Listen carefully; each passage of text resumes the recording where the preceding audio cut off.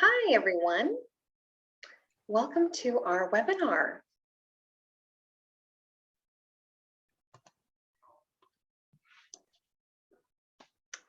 Okay, we'll get things started. It's right at 12:30 here, so we'll get things rocking for our Lunch and Learn. My name is Hannah. I work for the County of Vermilion River, and we are hosting Susie Miller today, who is the Executive Director of the Canadian Roundtable for Sustainable Crops. So the CRSC was formed to facilitate cross-commodity collaboration on sustainable agriculture issues for growers, industry, customer, and consumer organizations. They are focused on engaging, assessing, and responding to marketplace demands in agriculture sustainability. So today, Susie's going to take us through some of what the Roundtable has learned in the past few years and where we're kind of going with the future of sustainable agriculture. So warm welcome to Susie. We appreciate you coming on. So thanks for having us. Hi, good afternoon, everybody, and thank you so much for giving me some time. Hannah's talked a little bit about the Roundtable for Sustainable Crops. I'll just give you a few more information. So we were formed in 2013, really didn't get going till 17 or 18. We include all the annual fuel crops, so that's grains, cereals, oilseeds, and special crops. And these are the members that we have in terms of producer commodity groups. So all of the national organization, plus in Alberta, we have Alberta wheat, barley, and canola. We also have as members other stakeholders.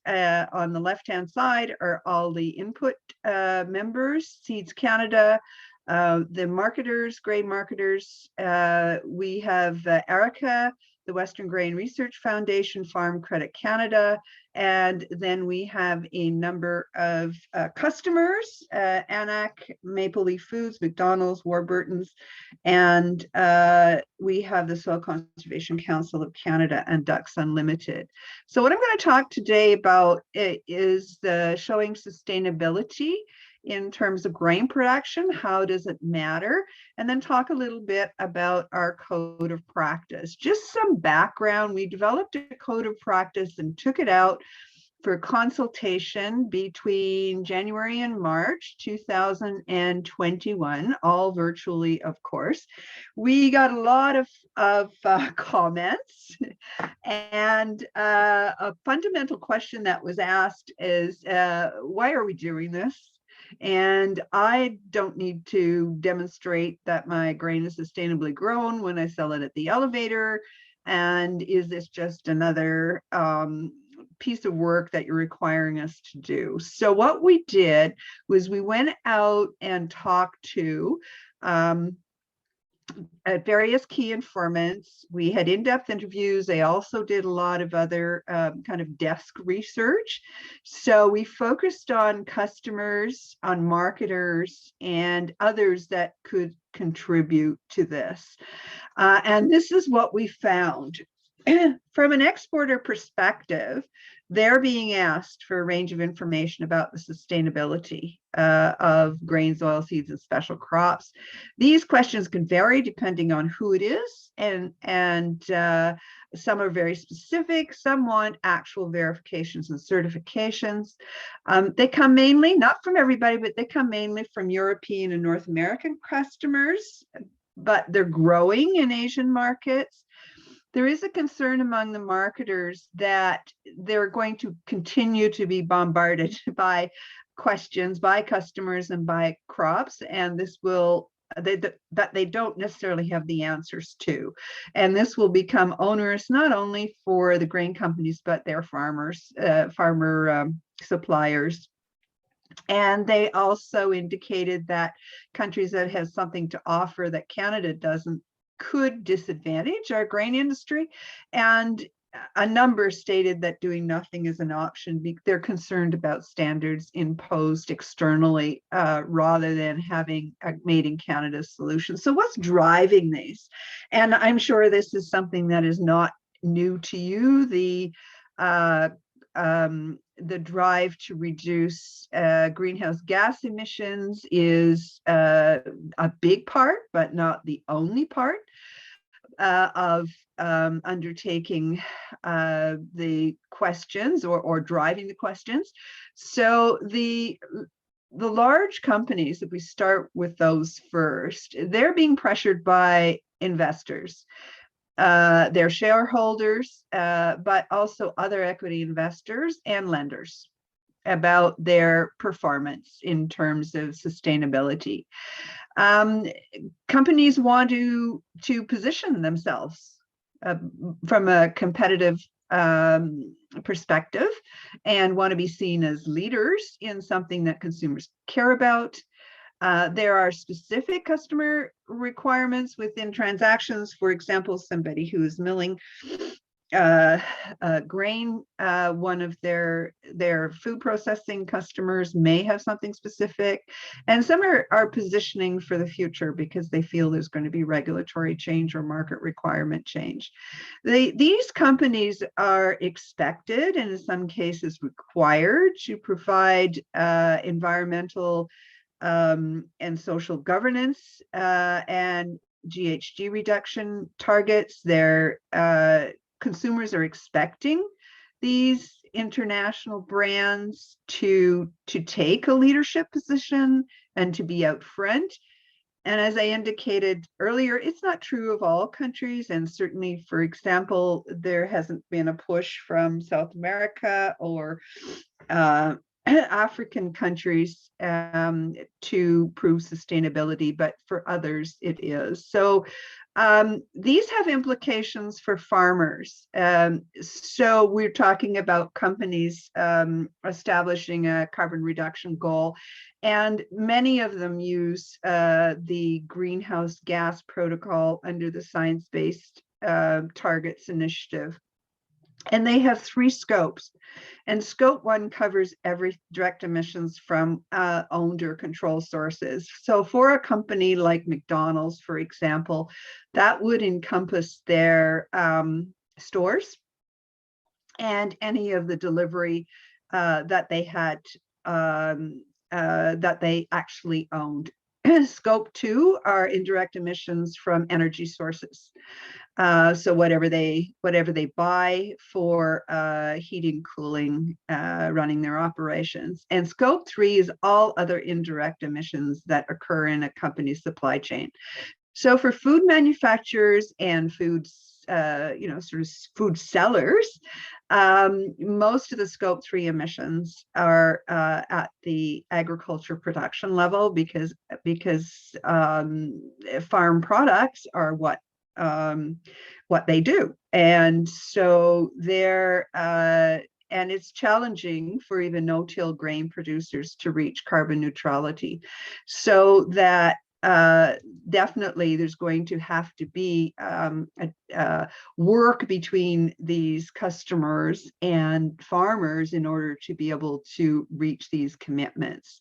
So what this is just a survey of there's more in a paper that we have on our website. But these are some of the large international brands that use a significant amount of Canadian grain products. Mondelez, which is, Honey Maid, Oreo, Ritz, Sweet Thins. They're talking about continuously improve its environmental performance by setting and working towards quantifiable goals. Doesn't say specifically. PepsiCo is talking about regenerative practices and sustainably sourcing. General Mills is GHG reduction across the full chain, which includes scope 3, and advancing regenerative agriculture. And McCain's, now you may wonder why I have McCain's here. That's because all potato farmers in Canada, from what I understand, also grow grain in rotation. So there really are grain farmers too. And they're talking about this 30% reduction in scope 3 and regenerative agriculture across 100% of their potato acres, but that also means the grain acres. So what's happening specifically in Canada at the not the food manufacturing, but at the retail and food service? Loblaws has a number of reductions, as does Federated Co-op. Federated Co-op is really interesting because it's also a fossil or is also a fuel supplier and an input supplier to growers as well as retail. McDonald's, of course, this is across the world, and Aramark Foods, which you may have never heard of Aramark Foods, but they're like Cisco. Their customers are universities and retirement homes, hospitals, institutions, basically. They're a food service company there. So there's also another complexity, and you may not see it as much in Alberta as they have in Ontario, Quebec, and on Prince Edward Island. But Canadians trust farmers, but not necessarily farming. So there is a strong interest in how farming is conducted. This isn't just about greenhouse gas reduction, but it is about all of the issues around farming. And as I indicated in the title, the farmers are trusted. There's a high level of trust or neutral, but in terms of what farmers use, for example, 42% believe that more regulations are needed on how farmers farm, and this was done in 2020. And so 42% of the Canadians surveyed indicated that they believed more regulations were needed, and pest control products were top of list, definitely. But it does vary. And for example, that this is a survey that was done by CropLife that said that in Saskatchewan and Manitoba, 42% were concerned about pest control products, 62% in Quebec. But what happens in one region can have a significant impact across the country, because customers particularly and national governments are talking about the whole country. So why does public opinion matter? Well, because it impacts on government. And there definitely is more than ever a high government expectation of transparency and engagement with the general public. So they don't want to manage public trust issues. They want us to manage, in spite of what some people may think. Governments do not like regulation. They're expensive. They're difficult to get through.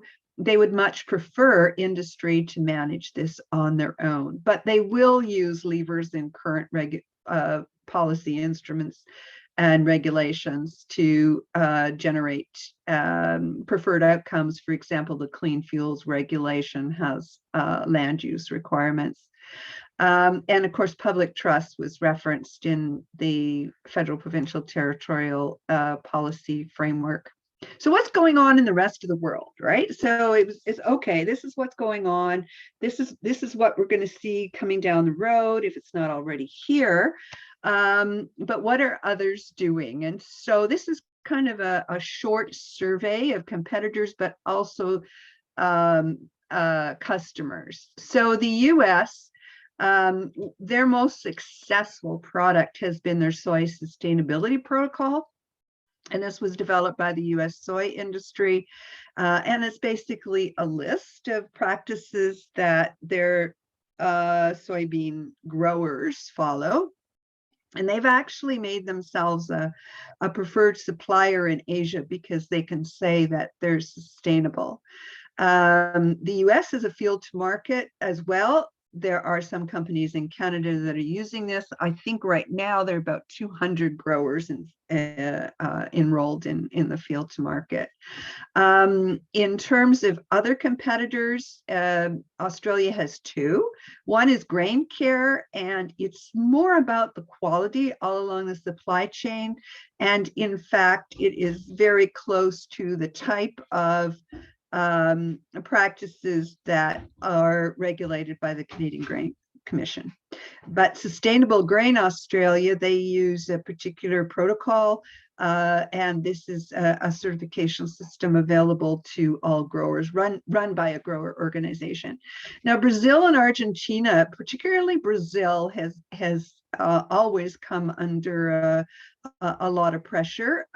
They definitely used the Roundtable for Sustainable Soy, and this pressure came from Europe for their feed ingredient regulations, which is actually what drove the U.S. soy sustainability protocol originally. But Brazil also has about 18 certified non-rainforest production that is based on regions. And I've got UK up there because UK are buyers of Canadian wheat, particularly, but not exclusively, hard red spring wheat. And they have a red tractor and a leaf program. And in terms of the red tractor, it's required that farmers supplying wheat to the same customers that we have follow this. And they have asked us, where is your red tractor? What do your grain farmers have to do to meet this? So what does all this mean, when push comes to shove for the grain farmers? So showing and demonstrating sustainability is not currently impacting the majority of grain exports, but the expectation is this will grow and grow rapidly. As indicated earlier, there's risk that we could be shut out, especially if of higher price markets, especially if our competitors are in a position to be able to do this. But there is going to be immediate pressure from food company buyers and governments as they push to meet their commitments to GHG reduction. And you've seen this already in the Government of Canada fertilizer emissions reduction target. On the home front, we know that lack of public trust specific to industry practices can be followed in some jurisdictions by heightened government regulations or restrictions. And if Canadian grain farmers aren't considered doing their part for GHG reductions or protecting soil, water, there's going to be public pressure for additional regulations. So what are we going to do about it? As I indicated, we had a code of practice for demonstrating that sustainability. During our consultations, it was soundly rejected, although many parts of it weren't. But generally, there was a lack of feeling that it wasn't really that relevant or important, and no farmer likes being told what they have to do, which is what they perceived. But this kind of instrument to demonstrate sustainability was selected for a good reason. Not that we hit the mark the first time around, but these were the intentions behind it. So it was an opportunity, first and foremost, is to highlight everything that grain farmers have adopted, all their good practices, to show leadership.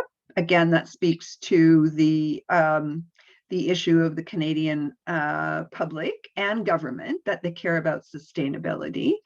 But it also permits us to define it according to science, rather than somebody's value-based system. It would be, by having it developed in conjunction with farmers, that it would be reasonable from a farmer's perspective, flexible, complement other actions, and most grain farmers in Canada are already following the practice that would be included in a code, and that it would be voluntary. So when we had those interviews on the list I provided you on the first slide, we also asked them, what about a code of practice? And their answers were varied, but right now there's nothing to start with, so they'd like us to start with something.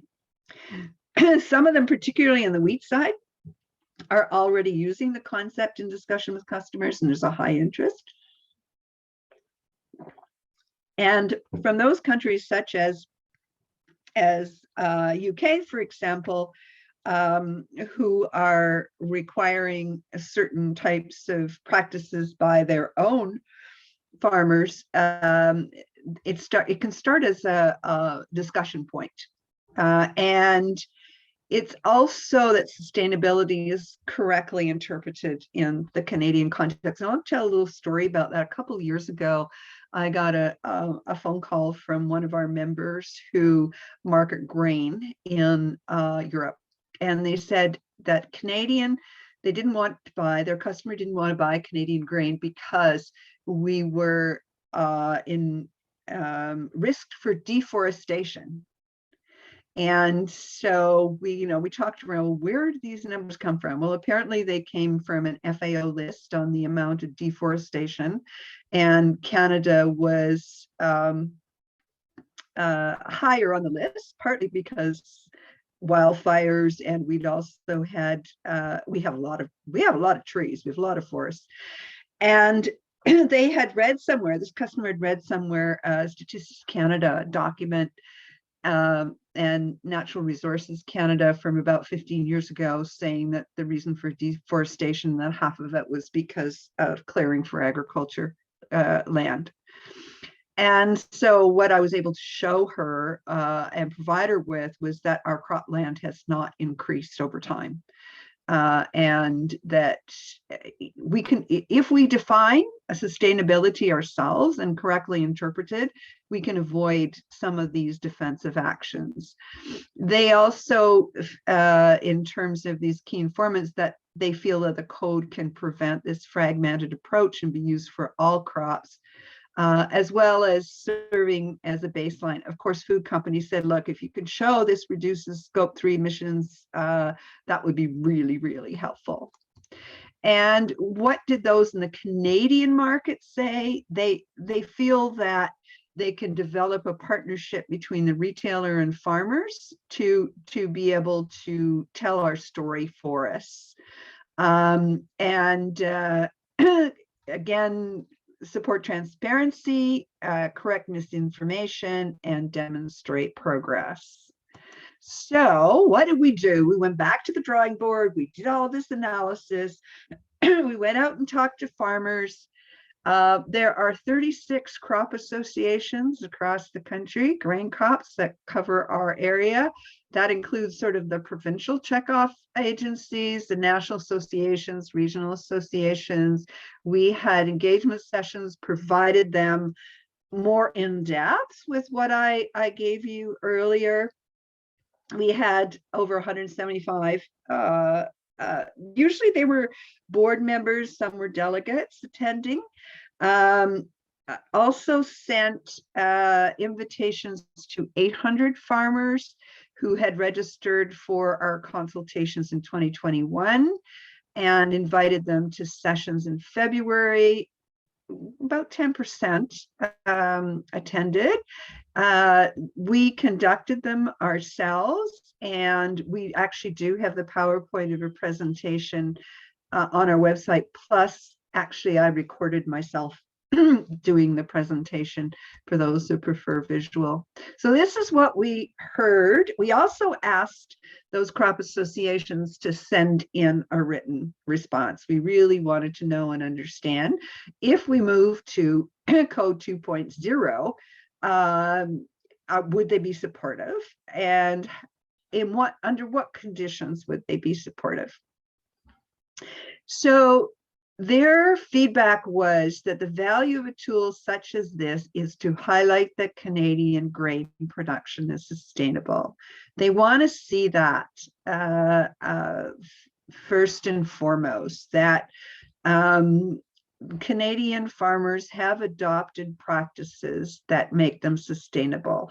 And it's not about picking and choosing. It is truly what they believe, and actually truly what I believe, that there is an opportunity here. There's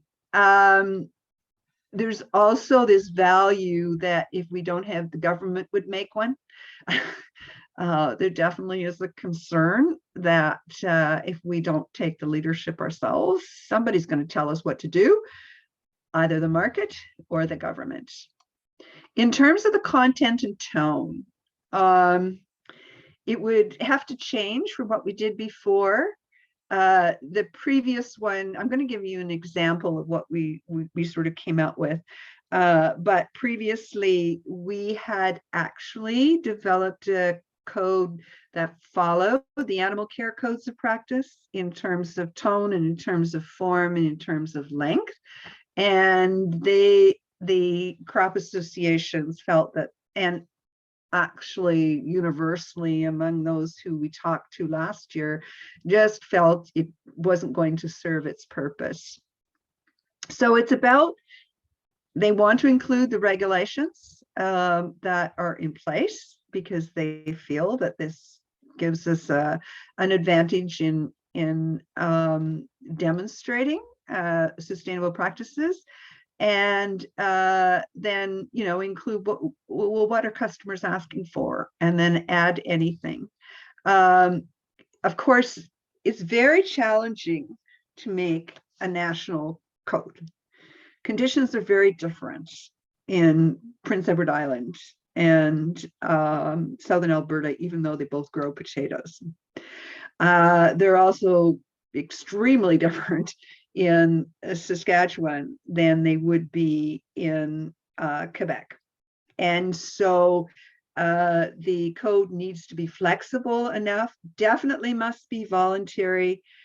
The areas where they had definite concerns are land use and drainage, and focus on existing regulations. But they want to be positioned as experts in sustainably managing their business.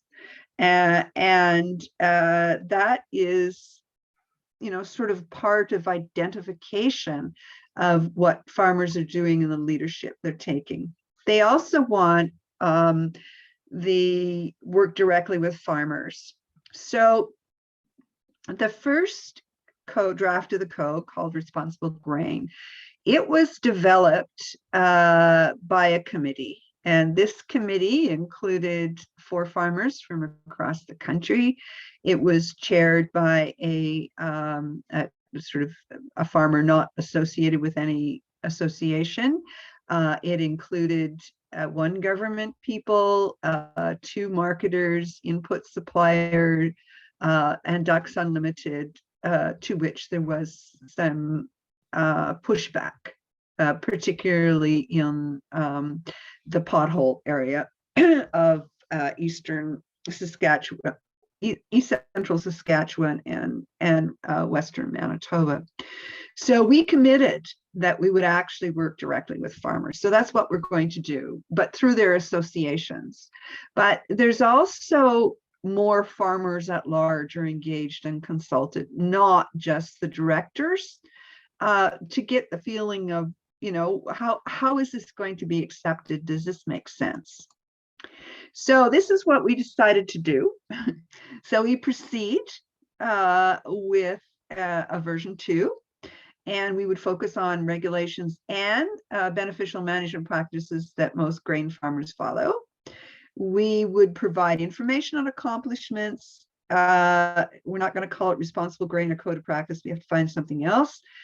Develop this new version directly with crop associations, and then have a full engagement plan with farmers at large. And so this is just an example of how the new code could look, starting with the performance of the Canadian. Now, this happens to be focused on soil management.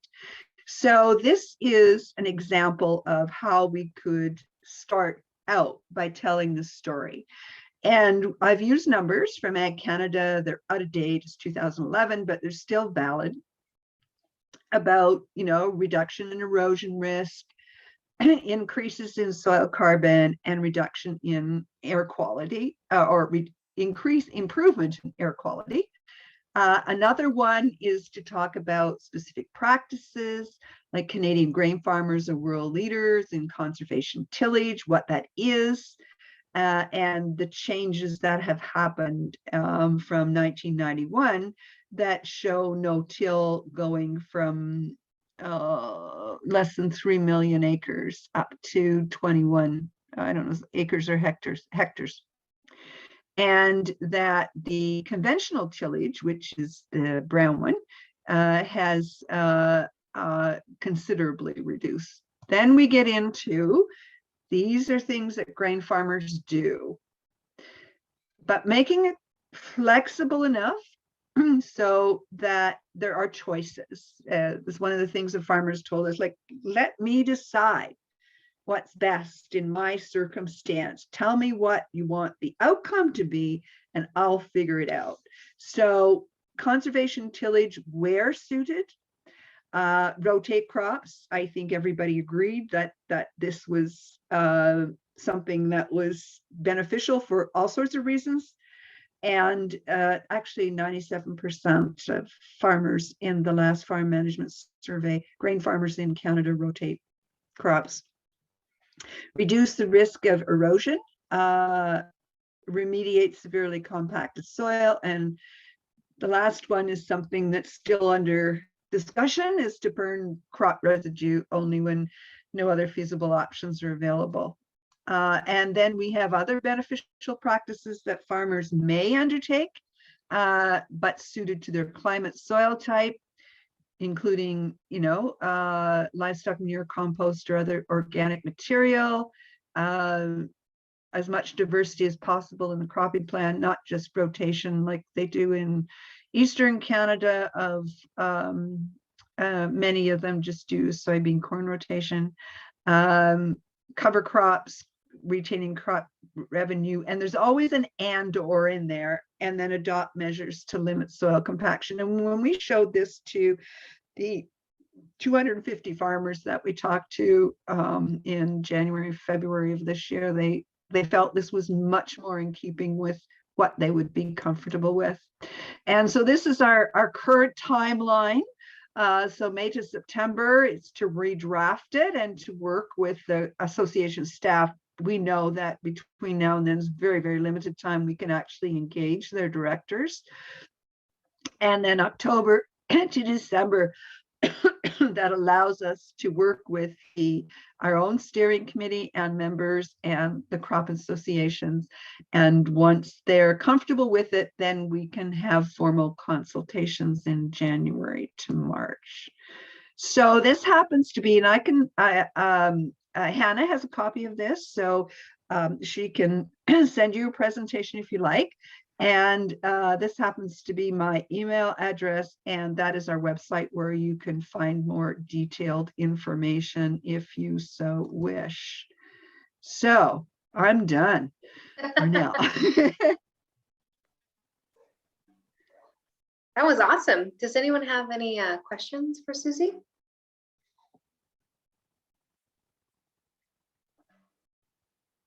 Nothing burning quite yet. So she did mention, I think you guys call it the white paper document. Is that correct? Yes. Yeah. Yes. So that is available on their website. I will be sending up an email to everyone in case you missed the recording or wanted to watch again, and I'll include that information on there for you guys. So just something, in case people are thinking of questions, one of the questions we asked the farmers is when we provided all of that information, and as I said, I gave you a shortened version of it, is, do they now see the need?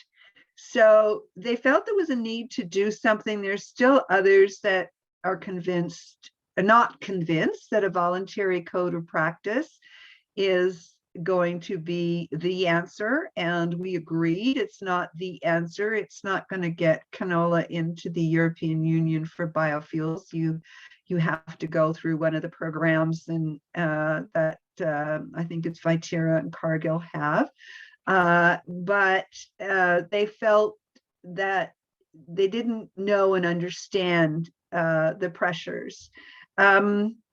Interesting point. Then one of my colleagues asked, after doing all these interviews and all the desk research, what did you find? And I said, I knew it was out there. Of course I knew it was out there because that's my job, right? But I didn't know the extent of it. And then of course there was the Government of Canada's fertilizer emissions announcement. So that kind of reinforced everything. But so we're going to give it a go and see if this can help farmers. This is all about providing another tool that can be helpful to ensure that our farmers are appreciated for what they do and how they do it. Awesome. Well, if there isn't any more burning questions, I just want to thank Susie for her time. That was an awesome presentation and lots of information. I was writing notes down quickly. I'll research these up later. It was really interesting, and we really appreciate your time and coming and talking about the roundtable. So thank you so much. Well, thank you very much for having me. Bye. Yeah, Have a good weekend. yeah, for sure. Okay, thank you so much for attending, everyone. I'll send out a link to this recording afterwards. So have a good weekend. Yeah, happy Friday. See you guys.